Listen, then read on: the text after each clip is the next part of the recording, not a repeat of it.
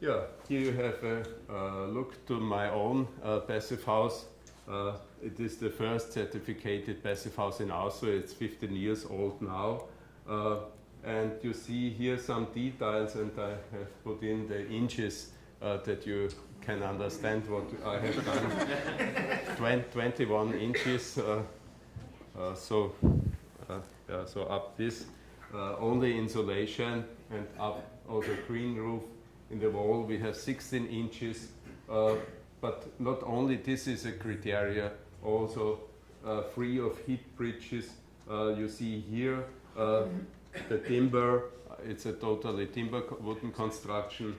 We have also optimized. I have bought my products, these products I have bought from Canada, from the DGI profiles, from Trust Store. And they didn't know what they can do with their own products. In the architecture design map, you see there only insulation 1 or 2 inches around there, and I say do it full. No one needed. That's not the question. You shall show the people what they can do with them. So it's often very simple to bring ideas forward. And so that was the first layer. Then we have here the airtightness. Be very careful coming also to the windows.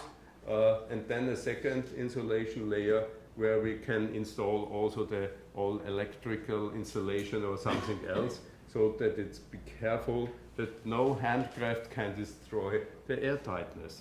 So it's a very important point, and the architects start by the planning process thinking how to plan it, that the handcrafts can do it in the right way. If not, the handcraft can repair this mistake. And then the gypsum layer outside, the wind paper, and then the wooden facade on the roof as well. Also a little detail, the jalousie we have situated outside and not inside the insulation, because when it's inside, it's also a heat bridge themselves. So it's careful to take time for the planning process, and then you can have a result like this, that we have only 4.3 kilobit per year for heat energy demand, and that means that we need less energy to heat our house than normally people drink in the same time alcohol. So we need only 11 liters of spiritus and 1,700 kilowatt hours for green electric, and I think that's very less, including the hot water. Yeah, and that's a look from inside. This is the heater with the 11 liters of spiritus. It need only to have a little bit fire when we want it, but we not often need it to heat our house themselves. But the fantastic side, on one side it's nice to have a small bill for energy, but what is much more important is such a good feeling. 360 days like in holidays, fresh air all time, not only when you open the windows. No dust inside, no insects, no mosquitoes, and so much fun on the other sides than in such houses. Maybe we spoke later about the fun in passive houses. The next point is the comfort from the temperature. In a conventional building, in an old building stock, or also in worst new buildings, when it's not well insulated and it have outside minus 10 degrees, so a little bit frozen, and inside well-filling temperature with 22 degrees, all out-surface inside temperatures are much less than the indoor temperature, especially by the windows, by the glass you can see less than 10 degrees. And that's why we have these parapets normally, and there are the radiators, the heat radiators, that the cold air can come through the room. But on the other side, you have here the passive house, very well insulated everywhere. And then also all these temperatures are nearby the same temperature as the indoor temperature. And then have the idea, strong winter, you're sitting by the window, lying backside with your body by the glass, and you cannot feel that outside it's freezing, yeah? That happened in my house. Let's say little sister, the cousin with 4 years, was sitting a half hour on the floor, no cellar downstairs, sitting with the backside lying by the glass and play a half hour with the Game Boy. And she didn't realize that it have outside minus 18 degrees. That it comfort. So you can use your whole square meter of your apartment and not only the inside space, what often happens. So some examples. Here is the first dormitory building for students, only for international students. Austrian students are not allowed to stay in this house. So we are fighting that they can also stay in these apartments, and we want to build in Europe dormitories with the developer that we have the same comfort for our pupils. That was built by architect Baumschlager Eberle. You see, maybe you can see the data. One important data may be the building costs here. They have realized it here for $151 per square foot.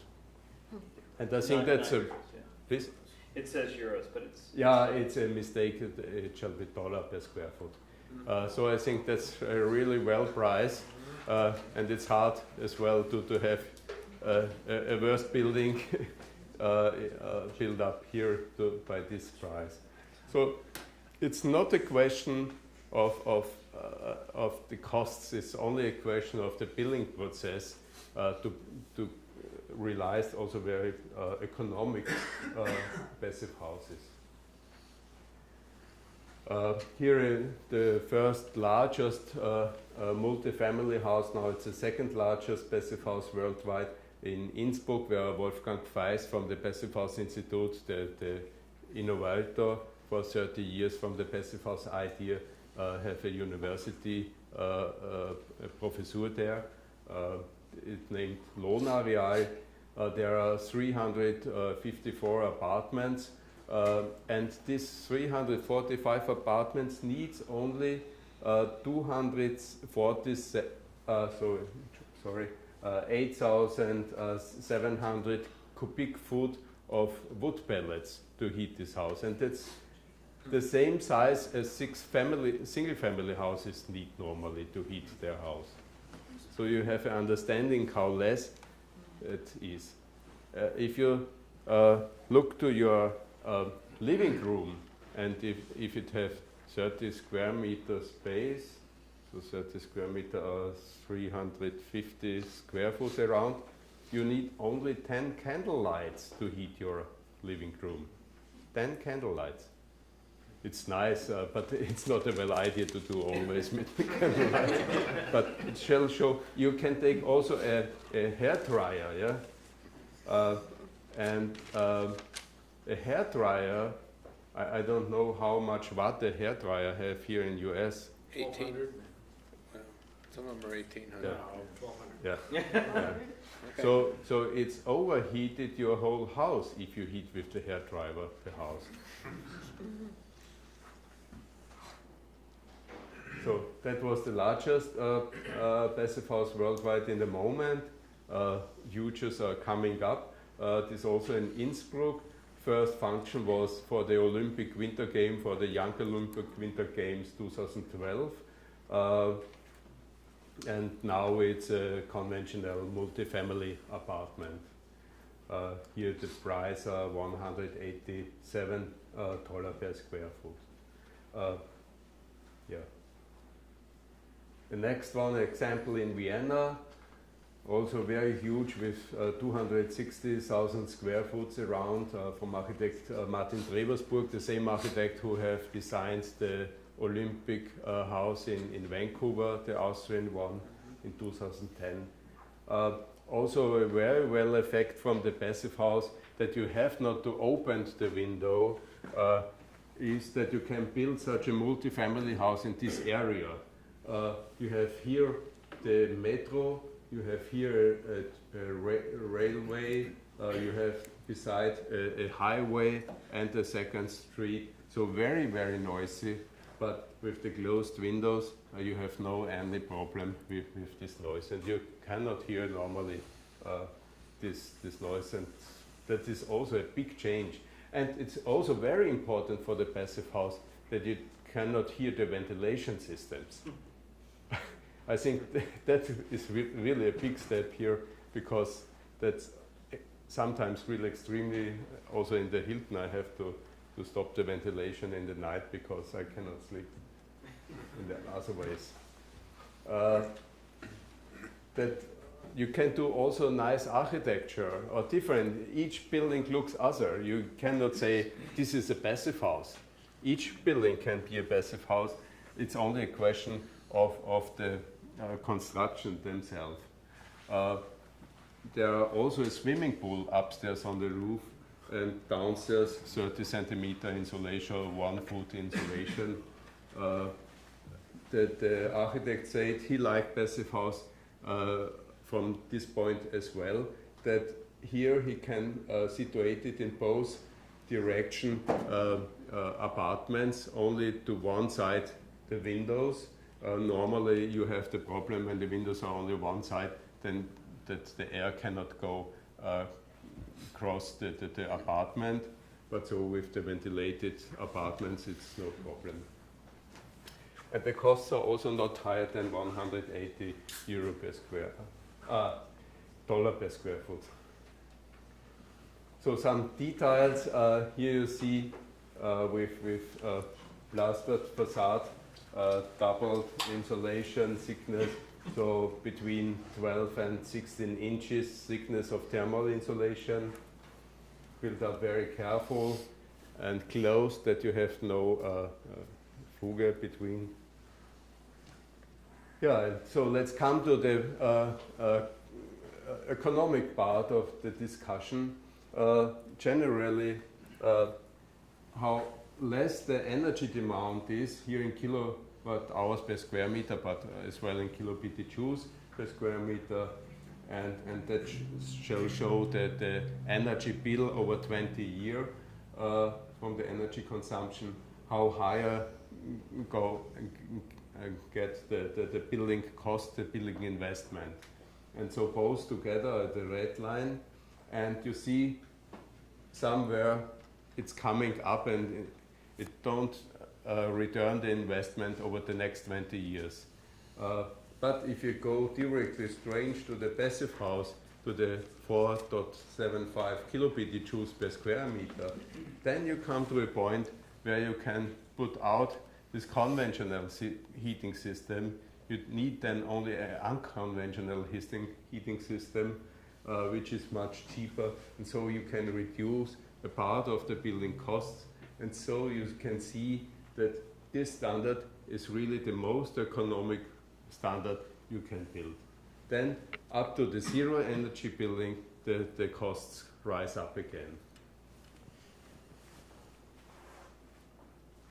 And if you have a look over the life cycle time, you see it again, and here we have done a calculation only over the next 40 years, because it's hard to calculate energy bill over the next 100 years. Nobody can say where it will go. It's hard to calculate it over 40 years. We calculate it only by 4% energy price rise up year by year. And you see that the planning from the life cycle cost, the building only, the planning process for the building from the life cycle costs are only 2%, and the construction costs are only 15%. 80% in summary are the service costs for service, water, canal, and so on, adaptations, and 40% for the whole energy. And when we make directly the step to the passive house, when we are only invest, and this is a a worst calculation. Normally we need not so much money, but let's make the worst economic calculation, and we say 1% more for planning process and 2% more for the construction. We can save, in summary, more than 30% of the life cycle cost. And then you can see that's 2 times what the building costs themselves. So if we invest only 3% more, we can build up 3 buildings with the same summary of money. But in the moment, we need or we lose our money only to Russia, to the Putin, or to the Saudi Arabic, to the Canadian oil sand. I think that's also not well, or to the fracking guys. So I think it's much better to save the money for yourself. I think most of you are from the construction side or architects. So it's your money you can earn. It's your jobs you can create with this money, and take it to your business. And don't give it away any longer. And then we can really reach this big change and this revolution. We can do it also in fabric buildings. Like here, this is a fabric for thermal solar collectors with 180,000 square foot, built as well in Passivhaus standard. Or this is an exhibition hall with as well 190,000 square foot. The whole is totally in wooden construction. The office upstairs is in massive concrete construction. The whole building was built, the old exhibition pavilion was destroyed, and the new building was built up only in 6 months, totally, between 2 fairs. You have here a look from inside, a really nice building, and in this building each year the energy efficiency fair happened. This is the first community center in Vorarlberg in Lodèche from architect Hermann Kaufmann. The same architecture, with him I have planned my own Passivhaus. Totally in wooden construction, outside and inside as well, the interior with the same wood. And from this first research project for a community building, they start in the province of Vorarlberg with a program for cities and villages for sustainable buildings to help the cities and the city planners to design the building in a better way. And from this time, so in the last 9 years, in more than 50 villages in over Vorarlberg exist now in minimum one passive public building in this region. New buildings as well as retrofits. This is one example as well here in St. Gerwold. Also a very nice building, and most of the buildings I show you have won a lot of awards and prizes. But also the first court is built in Passivhaus standard here in Korneuburg from the architect Tina Vier Architekten, and it works absolutely well, especially when an upcoming prisoner was sitting there and the justice say how long the heads will be cooled down because they have always fresh air enough. No one can overheat it here.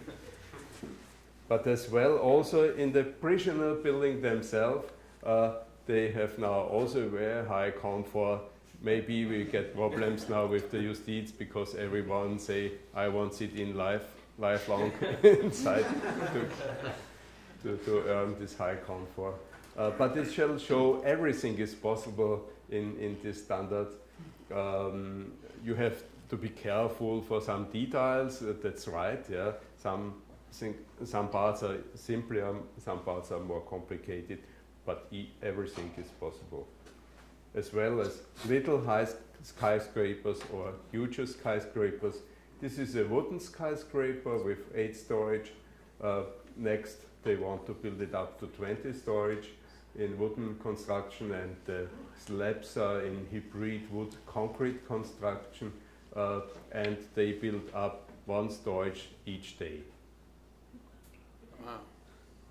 Wow. So also this is possible, very high prefabricated, and then it works well.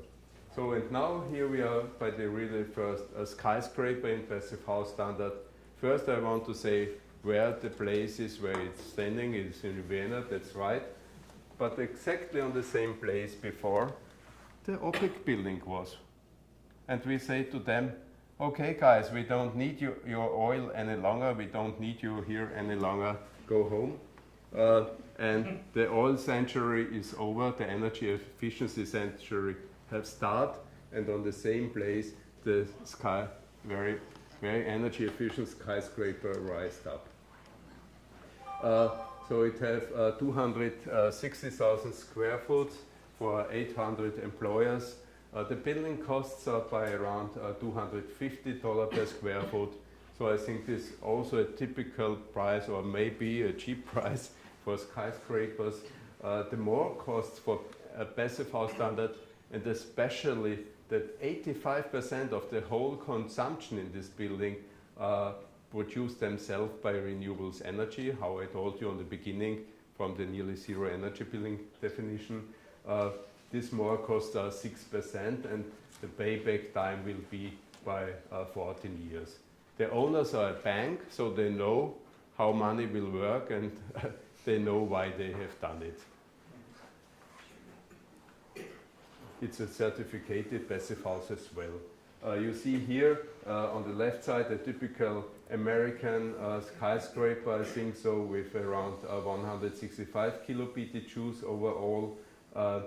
A typical Viennese or Austrian skyscraper with 100, and here we are only by 37 kBTUs.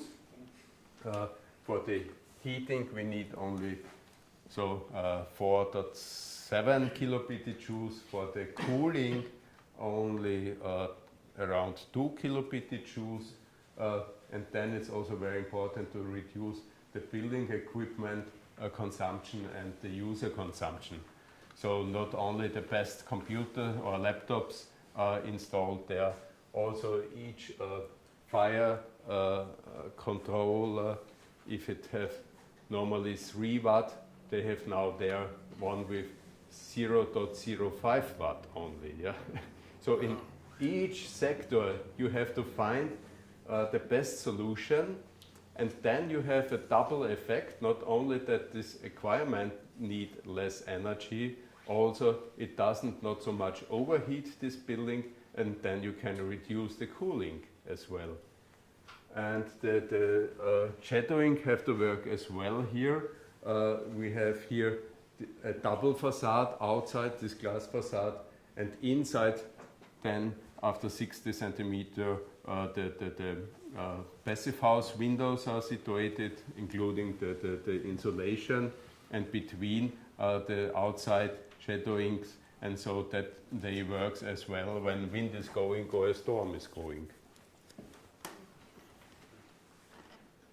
Yeah, and this is the next little skyscraper. This is the first retrofit of a skyscraper to a Passivhaus and to a Passivhaus Plus. So this building will be produced beginning with next year. It will finish more energy than they use. It's a building from the Technical University of Vienna for the chemical engineers, chemics, and it's owned by the state. So there you have also very careful to reduce the energy demand by each element, by each user. That is the most work. What's the difference between the Passivhaus and Passivhaus Plus? Yeah, the Passivhaus Plus, is a building which produces as much energy as it uses, and the Passivhaus Premium is a Passivhaus which produces more energy themselves than it uses. That's the new definitions from the Passivhaus Institute. So it's like a plus energy building, but calculated here by the BHBB, by the Passivhaus calculation program from the Passivhaus Institute, which calculated very exactly so that you reach really this amount which you have also calculated. So coming to a last example from the new buildings, this will be a temporary passive dormitory for 40 students in Vienna. A temporary building because cities have generally the problems that more and more people stay in cities, and so the ground floor prices rise up, and it go more expensive and expensive to live in cities. And so the idea grew up from the city government to spend floor space from the city which is not used in the moment, and maybe in 10 years they will build up something there, and between this time a temporary building can be built up. So this was the first competition. Our group was the winner group, and so we have to build up this dormitory building, and it has to be changed to another place. You see here this. I have it done only for 2 hours, this slide, so I have to look where 11,000 square foot is the size. That are 10 totally finished boxes. We spoke at dinner about this, including the interior. So also the chairs, tables, and the bed is inside finished. It's finished, painted, everything is finished. Yeah? And one of these boxes we finished normally in 3.5, not months, not weeks, not days, in 3.5 hours. Yeah, that you can stay in and live there. And so this whole building we will need around 3 weeks. But you can build it also for storage or higher. So these are the first, and next year you will be welcome. It will be opened in September, but it will start also to build up in September. And we want to build it up all over Europe because we want also to do a research program, project where we control the calculation program from the nations if they calculate it right or wrong. So passive houses are growing up and growing up. From 2010 to 2020, when the building directive works with the nearly zero energy building, the passive house standard will grow up from around 140 million square foot up to 6 billion square foot in passive house standard. Germany is there are the most passive house square meters, but in Austria we have the highest percent of passive houses. When we come to the building stock and we make a thermography from buildings, we can see directly the problem. You see on the left side an uninsulated building, on the right side the same building after it was renovated to a passive house standard, and you can see the big difference between both examples. And to understand how much energy we use today, I want to show you an example. You can take each building you want, yeah? You know now how high your the energy consumption is by the building stock, let's say for around 50 kilobijoules per square foot. This building has 3 storage, so 3 times 150, and then 10% will be 150 feet, or here 148 feet high tower over this ground size from this building. This will be the volume which you need for natural gas to heat your house for 1 year. And then we realized, oh, crazy, that's not possible to do it any longer. We have to change, and okay, let's change to renewable energy. Okay, and which renewable energy? So first we have to realize that, okay, I have only one slide from this. that we have to reduce our energy demand, and we can reduce it by 95%. And then it's very simple that the rest we can produce with 100% renewable energy all time and for all billions of people in the world. And that we have to think all time. We grow up and grow up, the inhabitants, and so everyone like to live as we. So one of the first retrofit of a multifamily house in Vienna, in Upper Austria, from the 1950s, we reduced there also the energy demand 90%. There are no more costs for the people which rent the apartments. They pay the same rent as before. They only earn the 90% reduced bill for the energy. That works in Austria because they become a high subsidy. Maybe in US we have to calculate it otherwise, but I'm sure it works as well as we have done in New York. This is a rehabilitation center in Upper Austria. The architect is my son, who have finished the architecture school in Vienna. This is for 120 apartments, also with swimming pool, and so not exactly to a Passivhaus standard, but to a very, very low energy standard house nearby the Passivhaus standard. This is the first retrofit of a school building, also the first public retrofit in Austria. You see this concrete facade outside, and the problem here was that in front are the concrete columns with 40 centimeter thickness, and first the idea was from the planner to insulate it all time around with 8 centimeters, so 1.5 inch stone wool. And then we have the idea, no, stop, let's make it with nearly 2 feet insulation thickness. I don't know how much inches, so 22, 24 inches. And so the facade can be in front. It's much more easier for the construction. That's a totally wooden prefabricated construction. You see on the next slide how we have done it. These are the old construction. You see how thin it, and here that's all insulation. We don't need it normally, so high insulated, but the insulations themselves didn't cost anything. Yeah? It's so cheap that it's not a question to think 10 minutes about, do it or not. What yeah? kind of insulation? Yeah.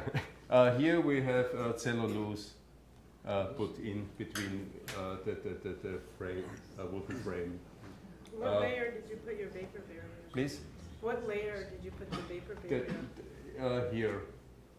We have to close here when here is some hole or something that we have to be closed first, and then this construction. We have cut upstairs the concrete atrium that we have no heat bridges there. We have cut and put away the parapet, concrete parapet here, and the windows go down. There we have also so thick insulation of extruded polystyrol, and downstairs we have broken foam glass. Maybe you know it. That's very famous now in Europe. Broken foam glass, so you can put it under the floor as alternative to extruded polystyrol.